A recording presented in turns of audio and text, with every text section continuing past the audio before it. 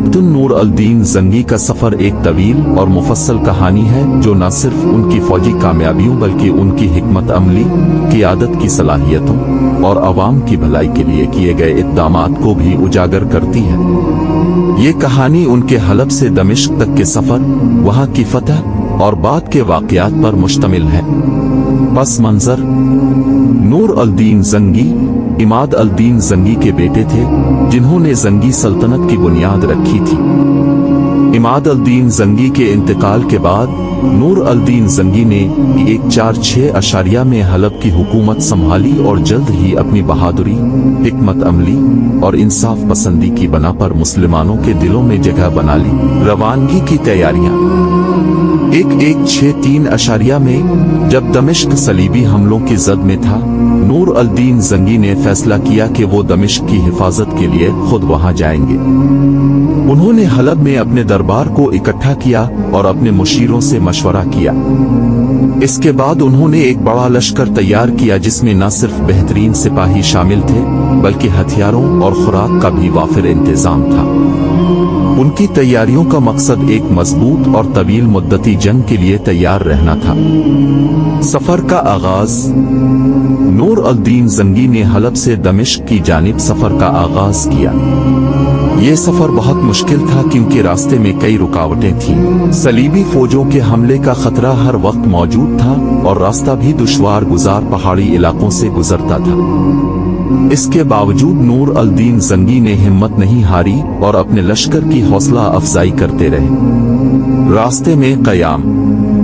रास्ते में कई जगहों पर क़याम किया गया ताकि फौजी ताज़ा दम हो सकें और आराम कर सकें। नूर अल-दीन जंगी ने हर क़यामगाह पर अपने लश्कर को मुनज़्ज़म किया और उन्हें मज़ीद हिदायत दी। उन्होंने अपने फौजियों को यकीन दिलाया कि उनका मकसद न सिर्फ दमिश्क की हिफाजत बल्कि पूरे मुस्लिम इलाके की हिफाजत है। दमिश्क की जानिब बढ़ना: दमिश्क पहुंचने के करीब नूर अल-दीन जंगी ने अपनी फौज को दो हिस्सों में तकसीम किया। एक हिस्सा शहर के शुमाली हिस्से से दाखिल हुआ जबकि दूसरा हिस्सा जनूबी हिस्से से दाखिल हुआ। उनकी हिकमत अमली ने सलीबी फौजों को हैरान कर दिया और वो इस तेजी से आने वाले हमले के लिए तैयार नहीं थे। दमिश्क की फतह: दमिश्क पहुंचने पर नूर अल-दीन जंगी ने फौरी तौर पर शहर की हिफाजत का बंदोबस्त किया। उन्होंने शहर के दिफा को मजबूत किया और अपनी फौज को मुनज़्ज़म किया। सलीबी फौजों ने कई बार हमले किए लेकिन नूर अल-दीन जंगी की हिकमत अमली और उनके फौजियों की बहादुरी के सामने नाकाम रहे। सियासी इस्तेहकाम और इस्लाहात: दमिश्क की फतह के बाद नूर अल-दीन जंगी ने शहर में सियासी इस्तेहकाम कायम करने के लिए मुख्तलिफ इक़दामात किए। उन्होंने इंसाफ पर मबनी हुकूमत कायम की और अवाम की फलाह व बहबूद के लिए कई मंसूबे शुरू किए। उनके दौर हुकूमत में दमिश्क एक मजबूत और खुशहाल शहर बन गया।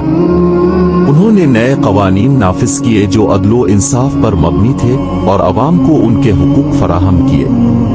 तालीम और सेहत के मंसूबे: नूर अल-दीन जंगी ने दमिश्क में तालीम और सेहत के शोबे में भी बेहतरी के लिए इक़दामात किए। उन्होंने मदारिस और हस्पतालों की तामीर कराई और अवाम को मुफ्त तालीम और इलाज फराहम किया। उनके इक़दामात ने अवाम में इनकी मकबूलियत को मजीद बढ़ा दिया। तालीम और सेहत के मंसूबे: नूर अल-दीन जंगी ने दमिश्क में तालीम और सेहत के शोबे में भी बेहतरी के लिए इक़दामात किए। उन्होंने मदारिस और हस्पतालों की तामीर कराई और अवाम को मुफ्त तालीम और इलाज फराहम किया। उनके इक़दामात ने अवाम में इनकी मकबूलियत को मजीद बढ़ा दिया।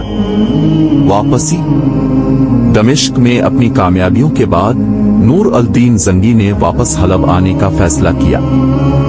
वापसी का सफर भी इतना ही मुश्किल था जितना कि आमद का सफर, मगर नूर अल-दीन जंगी ने अपनी बहादुरी और हिकमत अमली से इस सफर को भी कामयाब बनाया।